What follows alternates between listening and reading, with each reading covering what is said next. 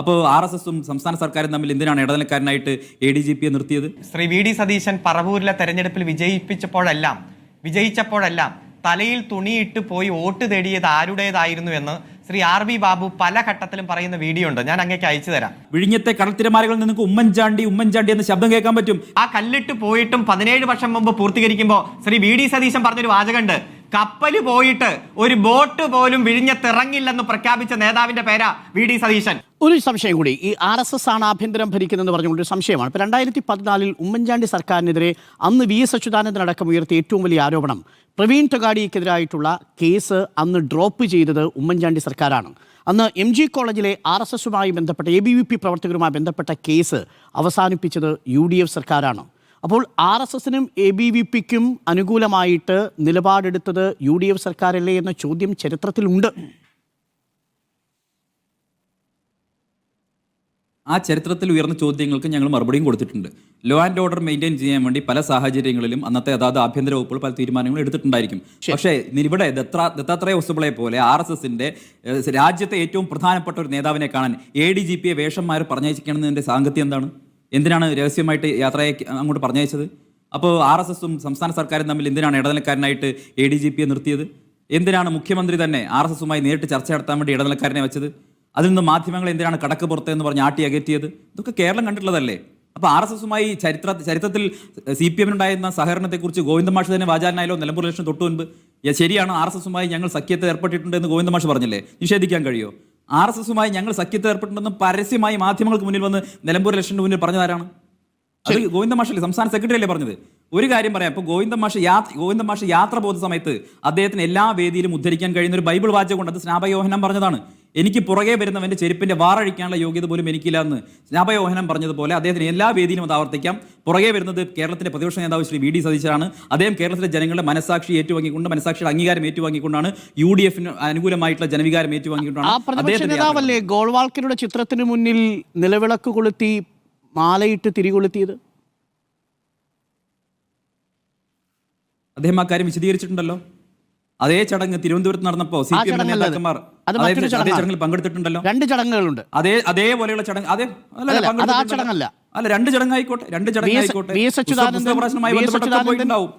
RSSന്റെ ഗോൾവാൾക്കറുമായി ബന്ധപ്പെട്ട പരിപാടിക്കല്ല പങ്കെടുത്തത്. VS അച്യുതാനന്ദൻ പങ്കെടുത്തത് പുസ്തക പ്രകാശനവുമായി ബന്ധപ്പെട്ട പരിപാടി. ഏത് പരിപാടിക്കായാലും RSSന്റെ പരിപാടിക്ക് അവരും പോയിട്ടുണ്ടല്ലോ.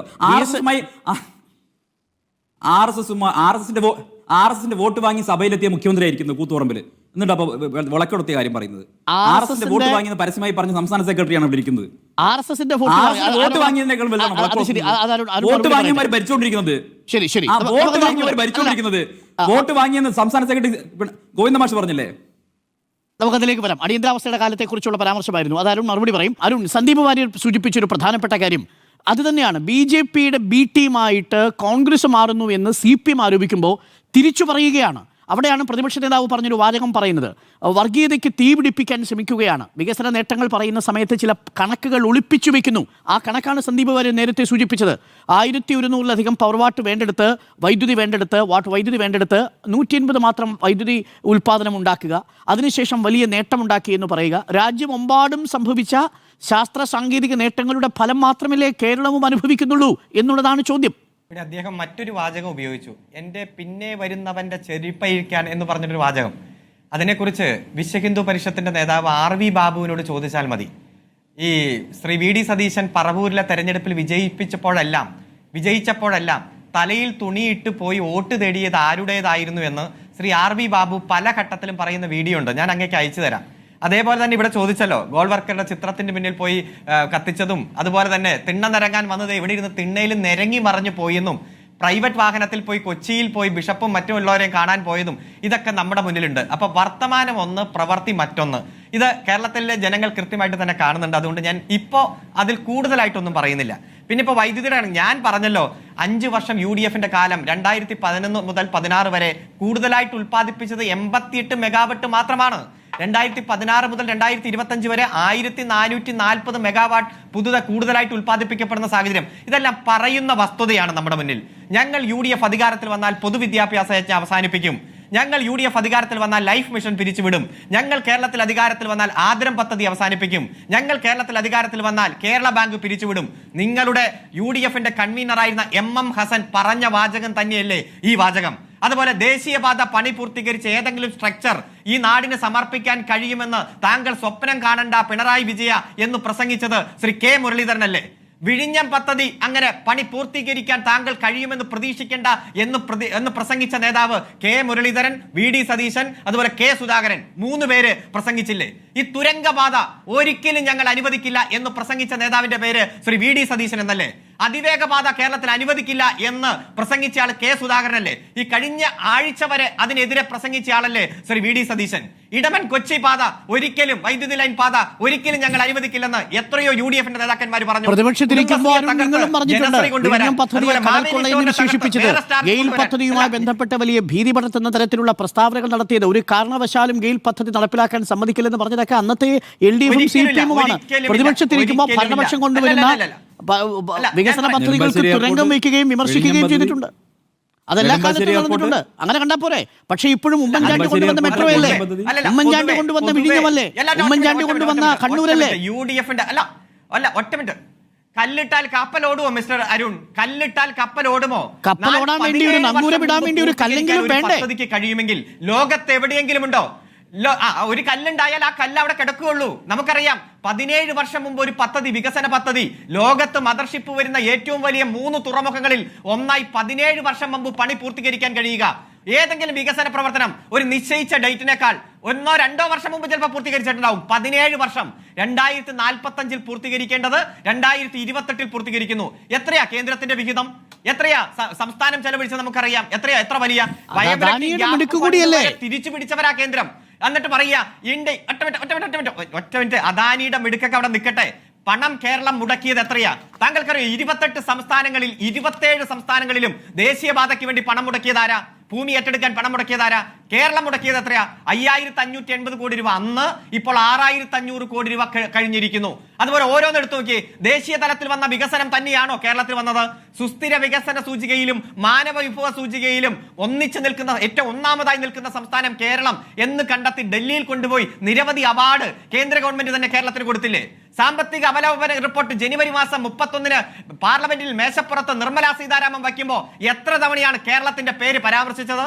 അതിദാരിദ്ര്യ സർവേ നടത്തി അതിദാരിദ്ര്യത്തെ നിർമ്മാർജ്ജനം ചെയ്തത് ഉൾപ്പെടെ ഓരോ രംഗത്തും നമ്മൾ നേടിയ നേട്ടങ്ങൾ എണ്ണമറ്റ് BJPയുടെ ഗവൺമെന്റ് തന്നെ നിരത്തിയതിനു ശേഷം നയാ പൈസ നമുക്ക് തന്നില്ല. എയിംസുമായി ബന്ധപ്പെട്ടുകൊണ്ട് ഇവിടെ ഒരു പ്രതീതി പറഞ്ഞല്ലോ. എന്താ? 2023 ജൂൺ മാസത്തിൽ തന്നെ ഇവിടെ കോഴിക്കോട് ജില്ലയിൽ 208 ഏക്കർ ഏറ്റെടുത്തങ്ങ് കൈമാറി. അതിനുശേഷം ഇൻ പ്രിൻസിപ്പിൾ അപ്രൂവൽ തന്നെ തന്നു കേന്ദ്ര ആരോഗ്യമന്ത്രി. എന്നിട്ട് കേരളത്തിലെ വീണ ജോർജ് മന്ത്രിക്ക് കത്തയച്ചു.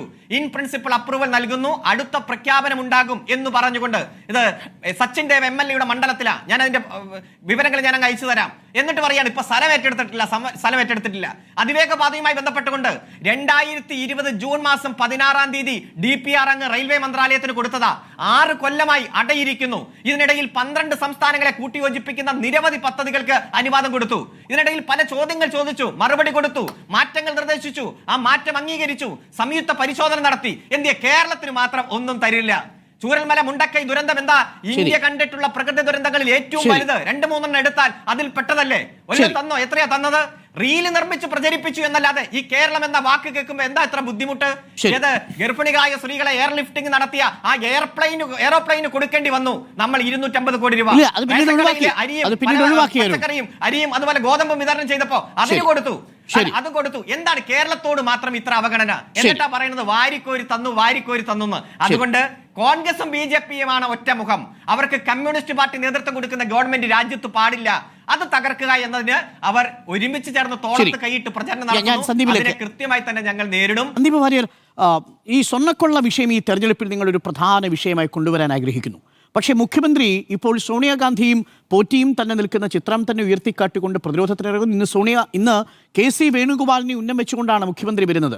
അപ്പോൾ നിങ്ങൾ ഈ തെരഞ്ഞെടുപ്പിൽ ഉയർത്താൻ പോകുന്ന 3 പ്രധാനപ്പെട്ട കാര്യങ്ങൾ: 1, സ്വർണ്ണക്കൊള്ളയുമായി ബന്ധപ്പെട്ട വിഷയം; 2, BJPയുടെ B ടീമായി ഇടതുപക്ഷം മാറി എന്നുള്ള ആരോപണം; മൂന്നാമത്തത് ഭരണവിരുദ്ധ വികാരം. ഈ മൂന്ന് കാര്യങ്ങൾക്കും ഇപ്പോൾ ഈ യാത്രയിൽ മറുപടി ലഭിക്കുന്നുണ്ടോ സന്ദീപ് വാര്യർ? ഒപ്പം അരുൺ പറഞ്ഞതിനുള്ള മറുപടി കൂടി.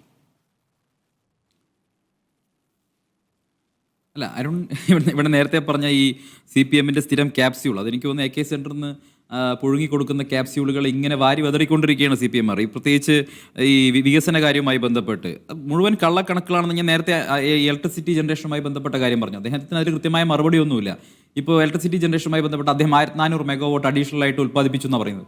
1400 മെഗാവാട്ട് എന്ന് പറയുമ്പോൾ അത് ചെറിയ കണക്കല്ല. അങ്ങനെയാണെങ്കിൽ കേരളം ആകെപ്പാടെ ഉപയോഗിക്കുന്ന 5500-ൽ 1400 മെഗാവാട്ട് കഴിഞ്ഞ 10 വർഷത്തിനുള്ളിൽ അവർ കേരളത്തിൽ ആഡ് ഓൺ ചെയ്ത പ്രൊജക്റ്റുകൾ ഏതൊക്കെയാണെന്ന് അവർ പറയട്ടെ. അതിന് മാത്രമുള്ള പ്രൊജക്റ്റുകൾ കേരളത്തിൽ എവിടെ ആര് ഇനാഗുറേറ്റ് ചെയ്തു? അതിവേഗ റെയിൽപാത ഞങ്ങൾ എതിർത്തു. നിങ്ങൾ നടപ്പാക്കാൻ നിങ്ങൾക്ക് സാധിച്ചോ? കേരളയിൽ ഞങ്ങൾ എതിർത്തിട്ടുണ്ട്. അത് അങ്ങേയറ്റം ജനവിരുദ്ധമായിരുന്നു. നിങ്ങളിട്ട മഞ്ഞക്കുറ്റികളൊക്കെ ഇവിടെ തന്നെ കിടക്കുകയാണ്. ഇനി പോകുന്ന പോക്കിന് ആ മഞ്ഞക്കുറ്റികളൊന്ന് ഊരി പിഴുത് കൊണ്ടുപോകാനുള്ള സന്മനസ്സെങ്കിലും കാണിക്കണം. കാരണം നിങ്ങൾ മഞ്ഞക്കുറ്റിയിട്ട സ്ഥലങ്ങളിൽ ജനങ്ങൾക്ക് ഇപ്പോഴും ഭൂമി വിൽക്കാൻ കഴിയാതിരിക്കുകയാണ്. നിങ്ങൾ അങ്ങേയറ്റത്ത് ജനവിരുദ്ധത കാണിച്ച കാര്യങ്ങളാണ്. ഇപ്പോൾ നിങ്ങൾ ആ പ്രൊജക്റ്റ് തന്നെ മാറ്റി പുതിയ പ്രൊജക്റ്റ് കൊണ്ടുവരുമെന്ന് പറയുന്നു. ജനവിരുദ്ധമാണെങ്കിൽ അതിനെ എതിർക്കും, ജനവിരുദ്ധമായിട്ടുള്ള കാര്യങ്ങൾ എതിർക്കും. ഞങ്ങൾ വികസനത്തിനെതിരല്ല. നിങ്ങൾ ഇടതുപക്ഷം എല്ലാ കാലത്തും വികസനത്തിന് അങ്ങേയറ്റം എതിർ നിൽക്കുന്നത് പോലെയല്ല ഞങ്ങൾ. ഇപ്പോൾ നിങ്ങൾ പവർ ജനറേഷനെ കുറിച്ച് പറയുമ്പോൾ നിങ്ങൾ ഇന്തോ ന്യൂക്ലിയർ സിവിൽ ഡീലിന്റെ പേരിൽ മൻമോഹൻ സിംഗ് സർക്കാരിനെ വലിച്ച് താഴെടാൻ വേണ്ടിയിട്ട് BJP-യുമായി കൈകോർത്തവരല്ലേ? ഓർമ്മയില്ല ആ കാലം?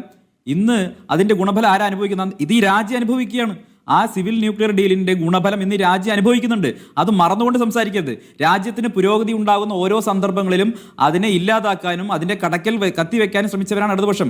അത് ഇവിടുന്ന് തിരുവനന്തപുരത്ത് നിന്ന് നമ്മുടെ കൂടംകുളത്തേക്ക് മാർച്ച് നടത്താൻ പോയത് ആരാണ്? ഓർമ്മയുണ്ടോ? അന്ന് K. മുരളീധരന്റെ വിഖ്യാതമായിട്ടുള്ള ഒരു പരാമർശം അരുൺകുമാറിന് ഓർമ്മയുണ്ടാകും. അന്ന് അന്തരിച്ച മുൻ മുഖ്യമന്ത്രി VS അച്യുതാനന്ദൻ, അദ്ദേഹം അന്ന് പ്രതിപക്ഷ നേതാവായിരുന്നു എൻ്റെ ഓർമ്മ. അദ്ദേഹം കൂടംകുളത്തേക്ക് ഒരു മാർച്ച് നടത്താൻ തീരുമാനിച്ചു. അവിടുത്തെ സമരം ചെയ്യുന്നവർക്ക് ഐക്യദാർഢ്യം പ്രഖ്യാപിച്ചുകൊണ്ട്.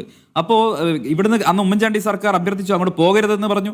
അപ്പോൾ അദ്ദേഹം കേൾക്കാൻ തയ്യാറായില്ല. കേരളത്തിലെ DGP അഭ്യർത്ഥിച്ചു അങ്ങോട്ട് പോകരുത്, അവിടെ ഒരു ലോ ആൻഡ് ഓർഡർ ഇഷ്യൂ ഉണ്ടാക്കരുത് പറഞ്ഞു. അദ്ദേഹം കേൾക്കാൻ തയ്യാറായില്ല. അദ്ദേഹം ഇവിടുന്ന് യാത്രയായി പോയി തിരുവനന്തപുരത്ത് പോയി. അവസാനം കേരളത്തിന്റെ അതിർത്തി എത്തിയ സമയത്ത് കളിയിക്കാവളയിലെ തമിഴ്നാട് SI വന്നിട്ട് ഇനി അങ്ങോട്ട് പോകാൻ പറ്റില്ല എന്ന് പറഞ്ഞപ്പോൾ VS തിരിച്ചു പോന്നു. അതായത് കേരളത്തിന് DGP പോകരുത് എന്ന് പറഞ്ഞപ്പോൾ കേൾക്കാതിരുന്ന VS കളിയിക്കാവളയിലെ തമിഴ്നാട്ടിലെ SI വന്ന് പറഞ്ഞപ്പോൾ തിരിച്ചു പോന്നു. ഇതായിരുന്നു ഇവരുടെ സമരം. ഇതെല്ലാം ഞാൻ VS-നെ ഇതാക്കിക്കൊണ്ട് പറയല്ല. അന്ന് ഉണ്ടായിട്ടുള്ള ശ്രീ K. മുരളീധരന്റെ ഈ പരാമർശം വ്യാപകമായി ചർച്ച ചെയ്യപ്പെട്ടൊരു കാര്യമാണ്. ഞാൻ പറഞ്ഞു വരുന്നത് ഈ രാജ്യത്തുണ്ടാകുന്ന എല്ലാ വികസന പ്രവർത്തനങ്ങളോടും അങ്ങേയറ്റം പ്രതിലോമകരമായിട്ടുള്ള നിലപാട് സ്വീകരിച്ചിട്ടുള്ളവരാണ് CPM-കാർ. ഞങ്ങൾ ജനവിരുദ്ധമായി നിങ്ങൾ നടപ്പാക്കാൻ ശ്രമിച്ച കേരളിനെ എതിർത്തിട്ടുണ്ട്. അതിനെ എതിർത്ത് ഞങ്ങൾ പരാജയപ്പെടുത്തി. നിങ്ങൾക്ക് തുടങ്ങാൻ സാധിച്ചില്ല. നിങ്ങൾ ഈ രാജ്യത്തെ എന്തിനൊക്കെ എതിർത്ത്? നെടുമ്പാശ്ശേരി എയർപോർട്ട് വരുമ്പോൾ എന്റെ മൃതദേഹത്തിന് ഉള്ളിലൂടെ മാത്രമേ ഇവിടുന്ന് ഫ്ലൈറ്റ് പോകുമെന്ന് പ്രഖ്യാപിച്ച നേതാക്കന്മാർ നിങ്ങൾക്കുണ്ടായിരുന്നു. പിന്നീട് അവർ തന്നെ നെടുമ്പാശ്ശേരി എയർപോർട്ടിന്റെ ഭരണസമിതിയിൽ ഉന്നത അധികാര സ്ഥാനങ്ങളിരുന്നു. ഇന്ന് പിണറായി വിജയനും കുടുംബവും സകുടുംബം അമേരിക്കയിലേക്ക് പോകുന്നതും ദുബായിലേക്ക് പോകുന്നതും അതേ നെടുമ്പാശ്ശേരി എയർപോർട്ടിലാണ്. നിങ്ങൾ മറക്കരുത്. അങ്ങനെ എത്രയോ വികസന ഉദാഹരണങ്ങൾ. ഇപ്പോൾ വിഴിഞ്ഞം എയർപോർട്ടിന്റെ കാര്യം അദ്ദേഹം പറഞ്ഞു. ഇപ്പോൾ അദ്ദേഹം കല്ലിട്ട് പോയതുകൊണ്ട് വികസനമാവുമെന്ന് വെച്ചു. ഏതെങ്കിലും ഒരു ഡെവലപ്മെന്റ് പ്രൊജക്ട് ഇനീഷ്യേറ്റ് ചെയ്യുക എന്നുള്ള പ്രധാനപ്പെട്ട ഘട്ടമാണ്. നോക്കൂ, ആ വിഴിഞ്ഞ പ്രൊജക്റ്റിൽ ഏറ്റവും സങ്കീർണമായിട്ടുള്ള ഘട്ടം ഏതായിരുന്നു? ഈ കേരളത്തിൽ CPM-നെ പോലെ വികസനത്തിന് അങ്ങേയറ്റം പുറംതിരിഞ്ഞ് നിൽക്കുന്ന, അങ്ങേയറ്റം പ്രതിലോമകരമായിട്ട് നിലപാട് സ്വീകരിക്കുന്ന, ഗുണ്ടായിസം ചെയ്യുന്ന, ഏതെങ്കിലും വിദേശ കമ്പനി വന്നാൽ അവരെ ആക്രമിക്കുന്ന ഒരു ഗുണ്ടാ സംഘം കേരളത്തിൽ പ്രതിപക്ഷത്തിരിക്കുമ്പോൾ അദാനിയെ പോലെ ഒരു ഈ രംഗത്ത് വിഖ്യാതമായ ഒരു ടീമിനെ കൺവിൻസ് ചെയ്ത് വളരെ ഡിപ്ലോമാറ്റിക്കലി അവരെ കേരളത്തിലേക്ക് കൊണ്ടുവരാൻ ശ്രീ ഉമ്മൻചാണ്ടി മുഖ്യമന്ത്രി ആയിരിക്കുമ്പോൾ കാണിച്ചിട്ടുള്ള അദ്ദേഹത്തിന്റെ കഴിവുണ്ടല്ലോ, കൺസെൻസസ് കൊണ്ടുവരാൻ കഴിഞ്ഞിട്ടുള്ള അദ്ദേഹത്തിന്റെ കഴിവുണ്ടല്ലോ, അതിനെല്ലാം അംഗീകരിക്കേണ്ടത്. അതായിരുന്നല്ലോ ആ പ്രൊജക്റ്റിലെ ഏറ്റവും സങ്കീർണമായിട്ടുള്ള സമയം എന്ന് പറയുന്നത്. അതുകൊണ്ടല്ലേ ആ പ്രൊജക്ട് ഇന്ന് യാഥാർത്ഥ്യമായത്. ഇന്ന് നിങ്ങൾ വിഴിഞ്ഞത്ത് മുഖ്യമന്ത്രി പിണറായി വിജയനും നിങ്ങളുടെ ഗവൺമെന്റും എത്ര തന്നെ വിസ്മരിക്കാൻ ശ്രമിച്ചാലും വിഴിഞ്ഞത്തെ കടലിൽ തിരമാലകൾ ആഞ്ഞടിക്കുന്നിടത്തോളം കാലം നിങ്ങൾ ചെവി ഓർത്തിരുന്നാൽ വിഴിഞ്ഞത്തെ കടൽ തിരമാലകളിൽ നിങ്ങൾക്ക് ഉമ്മൻചാണ്ടി എന്ന ശബ്ദം കേൾക്കാൻ പറ്റും. കാരണം വിഴിഞ്ഞം പ്രൊജക്ടിന്റെ പിതാവ് ഉമ്മൻചാണ്ടിയാണ്. അന്ന് നിങ്ങളെ ആരോപണം എന്തായിരുന്നു? 5000 കോടിയുടെ കടൽ കൊള്ള എന്നാണ് ദേശാഭിമാനിയിൽ അച്ചടിച്ചെഴുതിയത്. ഓർമ്മയില്ലേ നിങ്ങൾക്ക്? പിണറായി വിജയന്റെ പ്രസ്താവന എന്തായിരുന്നു? ഞങ്ങൾ അധികാരത്തിൽ വന്നാൽ പിണറായിയെ പറപ്പിക്കുന്നതായിരുന്നു. അങ്ങനെ പറപ്പിച്ചോ? നിങ്ങൾ എന്താ പറപ്പിച്ചത്? അദാനിയുടെ പേര് എഴുതിയ ബലൂൺ പറപ്പിച്ചിരുന്നില്ല. പിന്നെ ഈ കരുണാദാനിയെ ക്ലിഫ് ഹൗസിൽ കൊണ്ടുപോയി നിങ്ങൾ ഭക്ഷണം കൊടുത്തില്ലേ? അപ്പം നിങ്ങൾ ഭരണത്തിലെത്തിയപ്പോൾ നിങ്ങളെ നിലപാട് മുഴുവൻ മാറി. UDF ശരിയാണ്, ഗവൺമെന്റുകൾ തുടർച്ചയാണ്, അങ്ങനെ തന്നെയാണ് വേണ്ടത്. ഗവൺമെന്റ് തുടർച്ചയാണ്. ഒരു ഗവൺമെന്റ് കൊണ്ടുവരുന്ന വികസന പദ്ധതി അടുത്ത ഗവൺമെന്റ് വരുമ്പോൾ ഉപേക്ഷിക്കാൻ പാടില്ല എന്നുള്ളത് തന്നെയാണ് ഞങ്ങളുടെ നിലപാട്. ഗവൺമെന്റ് തുടർച്ചയാണ്. പക്ഷേ ഈ പറയുന്നതൊന്നും പ്രവൃത്തി വേറൊന്നും എന്നുള്ളത് ശരിയല്ല. നിങ്ങൾ അന്നത്തെ കാലത്ത് എല്ലാ വികസന പദ്ധതികളെയും എതിർത്തവരും UDF കൊണ്ടുവന്ന എല്ലാ പദ്ധതികൾക്കും പാരവയ്ക്കാൻ ശ്രമിച്ചവരാണ്. നിങ്ങൾക്ക് വ്യവസായ വികസന അനുകൂലമായിട്ടുള്ള പോളിസികൾ കൊണ്ടുവരാൻ പറ്റില്ല. പോളിസി പാരാലിസിസ് ആണ് കേരളത്തിലുള്ളത്. അല്ല, വിഴിഞ്ഞവുമായി ബന്ധപ്പെട്ടുകൊണ്ട് ആദ്യത്തെ 20 കൊല്ലം 1 രൂപ പോലും കേരളത്തിന് ലാഭവിഹിതമില്ല എന്നും 21-ാം വർഷം മുതൽ ഓരോ ശതമാനം കൂടി 40 വർഷമാകുമ്പോൾ ആകെ 20% ലാഭം കിട്ടുമെന്നും 40 വർഷത്തിന് ശേഷം ആ എഗ്രിമെന്റ് മറ്റൊരു 20 വർഷം കൂടി എക്സ്റ്റെൻഡ് ചെയ്യാമെന്നുള്ള കണ്ടീഷനെ ഞങ്ങൾ എതിർത്തു. ആ കണ്ടീഷനെ ഇപ്പോഴും ഞങ്ങൾ എതിർക്കുന്നു. അത് കേരളത്തിന് അനുകൂലമായിട്ടുള്ള കണ്ടീഷൻ അല്ല. പിന്നെ ഇപ്പോഴും ആ കല്ലിട്ട് പോയിട്ടും 17 വർഷം മുമ്പ് പൂർത്തീകരിക്കുമ്പോൾ ശ്രീ വി ഡി സതീശൻ പറഞ്ഞൊരു വാചകമുണ്ട്, കപ്പല് പോയിട്ട് ഒരു ബോട്ട് പോലും വിഴിഞ്ഞത്തിറങ്ങില്ലെന്ന് പ്രഖ്യാപിച്ച നേതാവിന്റെ പേരാ വി ഡി സതീശൻ.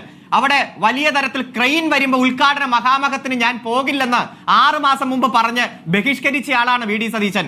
എന്നിട്ട് എങ്ങനെയാ ഇപ്പോ 2ാം ഘട്ട ഉദ്ഘാടനത്തിന് ഏറ്റവും മുന്നിൽ പോയി ചിരിച്ചുകൊണ്ട് നിന്നത്? എങ്ങനെ സാധിച്ചു? It is not a public interest litigation, it is a publicity interest litigation എന്ന് ഈ രാജ്യത്ത് ഏതെങ്കിലും പ്രതിപക്ഷ നേതാവിനെതിരെ ഹൈക്കോടതി പറഞ്ഞിട്ടുണ്ടെങ്കിൽ, ചീഫ് ജസ്റ്റിസ് പറഞ്ഞിട്ടുണ്ടെങ്കിൽ, ഏതോ ഒരു ചീഫ് ജസ്റ്റിസ് എന്തോ പറഞ്ഞു എന്ന് പറഞ്ഞ് പുച്ഛിച്ച് തള്ളും നമ്മൾ കണ്ടില്ലേ? രാഷ്ട്രീയ ധാർമ്മികത എന്ന് പറഞ്ഞാൽ മുഖ്യമന്ത്രിയിൽ നിന്ന് മാത്രം പ്രതീക്ഷിച്ചാൽ പോരാ, അത് പ്രതിപക്ഷ നേതാവിന് ഉണ്ട് എന്നൊരു അഫിഡവിറ്റ് ഫയൽ ചെയ്യണമെന്ന് ഈ രാജ്യത്ത് ഏതെങ്കിലും ഒരു പ്രതിപക്ഷ നേതാവിനോട് ചീഫ് ജസ്റ്റിസ് പറഞ്ഞിട്ടുണ്ടോ? ഉണ്ട്. ശ്രീ വി ഡി സതീശനെതിരെ സ്പ്ലിംഗറുമായി ബന്ധപ്പെട്ടുകൊണ്ട് എത്രയോ അഴിമതി ആരോപണം നിങ്ങൾ ഉന്നയിച്ചു. ഒരെണ്ണം തെളിയിക്കാൻ കഴിഞ്ഞോ? ജലമെട്രോ, AI camera, high speed fibre internet കണക്ഷന്റെ ഫോൺ എല്ലാം അങ്ങ് കീറിപ്പറിച്ച് പള്ളക്കളഞ്ഞില്ലേ നിങ്ങളുടെ കേസിന്റെ ഫയലിൽ? ഏതെങ്കിലും ഒരു വിജയം നിങ്ങൾക്ക് ഹൈക്കോടതിയിൽ ഉണ്ടാക്കാൻ കഴിഞ്ഞോ? ഇല്ലല്ലോ. നിങ്ങൾ ഉന്നയിച്ച എല്ലാ ആരോപണങ്ങളും തെറ്റാണ്, വ്യാജമാണ് എന്ന് ബോധ്യപ്പെടുന്ന സാഹചര്യം ഉണ്ടായി. അതുപോലെ താങ്കൾ പറഞ്ഞു ഞങ്ങൾ എതിർത്ത പദ്ധതി എന്താ? ഞാൻ ആദ്യം പറഞ്ഞില്ലേ, പൊതുവിദ്യാഭ്യാസത്തെ നിങ്ങൾ എതിർത്തു, ലൈഫ് പദ്ധതിയെ നിങ്ങൾ എതിർത്തു, ആദ്രം പദ്ധതിയെ നിങ്ങൾ എതിർത്തു, കേരള ബാങ്കിനെ നിങ്ങൾ എതിർത്തു, കുടുംബശ്രീയുടെ പേര് മാറ്റി തകർക്കാൻ നിങ്ങൾ ശ്രമിച്ചു, മാവേലി സ്റ്റോറിനെ നിങ്ങൾ എതിർത്തു, സപ്ലൈകോയെ നിങ്ങൾ എതിർത്തു, ദേശീയപാത ഒരിക്കലും പൂർത്തീകരിക്കാൻ കഴിയില്ലെന്ന് നിങ്ങൾ പ്രഖ്യാപിച്ചു. അതോടൊപ്പം തന്നെ തുരങ്കപാതയെ നിങ്ങൾ എതിർത്തു, അതിവേഗ പാതയെ എതിർത്തു, കൊച്ചി ഇടമൻ പാതയെ എതിർത്തു. എന്നിട്ടും ഞങ്ങൾ ഇവിടെ കിടപ്പാടം ജപ്തി ചെയ്യുന്നത് അടക്കമുള്ള അതിനെതിരെ നിയമനിർമ്മാണം നടത്തി, വന്യജീവി ആക്രമണത്തിനെതിരെ നിയമനിർമ്മാണം നടത്തി, ഭൂപതിവ് പട്ടയുമായി ബന്ധപ്പെട്ടുകൊണ്ട് ഇടുക്കി ജനതയുടെ പ്രശ്നം പരിഹരിച്ചു. ശബരി റെയിൽപാത താങ്കൾക്കറിയോ? ഇന്ത്യയിൽ എവിടെയെങ്കിലും റെയിൽവേക്ക് വേണ്ടി സംസ്ഥാന ഗവൺമെന്റ് പണം മുടക്കേണ്ടി വന്നെങ്കിൽ അതിപ്പോ ശബരി റെയിൽവേക്ക് 50% ഈ കേരളം കൊടുക്കേണ്ടി വരുന്നു. ശബരിമലയിൽ വിമാനത്താവളവും വരും. അതിവേഗപാത നിങ്ങൾ എത്ര എതിർത്താലും ഈ കേരളത്തിൽ വരും. ഒറ്റ പ്രശ്നം, അത് റെയിൽവേ യൂണിയൻ ലിസ്റ്റിലായി പോയി, അല്ലെങ്കിൽ കാണാമായിരുന്നു. സംസ്ഥാന ഗവൺമെന്റ് തന്നെ മറ്റു രൂപത്തിൽ കൊണ്ടുവരുന്നത് നമുക്ക് കാണാമായിരുന്നു. ചെല്ലാനത്തും അതുപോലെ തന്നെ നമുക്കറിയാം മുനമ്പത്തുമെല്ലാം ആ പ്രശ്നത്തെ ആളിക്കത്തിക്കാൻ ശ്രമിച്ചത് ആരാ? എവിടെ ചെല്ലാനം? എവിടെ? അതുപോലെ തന്നെ മുനമ്പം എവിടെ പോയി? മുനമ്പം KSRTC ഒരു ദിവസം 13 കോടി രൂപ ലാഭത്തിലായി മാറി. നിങ്ങളുടെ കാലത്ത് അടച്ചുപൂട്ടുമെന്ന് KSRTCയുടെ മന്ത്രി തന്നെ പ്രഖ്യാപിച്ചതാ. ഏതു മേഖലയാണ് കേരളം പിന്നിൽ? നമുക്ക് സംവദിക്കാം, കണക്കുകൾ വെച്ച് സംവദിക്കാം. നിങ്ങൾ ഇങ്ങനെ ഊഹാഭോഗങ്ങളും നുണപ്രചരണം വ്യാജ വാർത്തകളുമായിട്ട് ഇറങ്ങിത്തിരിക്കെ ഞങ്ങൾ വികസനവുമായിട്ട് ജനങ്ങളിലേക്ക് ഇറങ്ങും. ഈ നേട്ടങ്ങൾക്ക് ഒരു തുടർച്ച വേണമെന്ന് കേരളത്തിലെ ജനങ്ങൾ ആഗ്രഹിക്കുന്നുണ്ട്. ആ തുടർച്ച ഉണ്ടാകും. അത് 2021 ഞങ്ങൾക്ക് കിട്ടി, 2026-ലും 2030-ലും ഞങ്ങൾക്ക് കിട്ടും. ജനങ്ങൾ വികസനത്തോടൊപ്പമാണ്, ഒരു സംശയം വേണ്ട.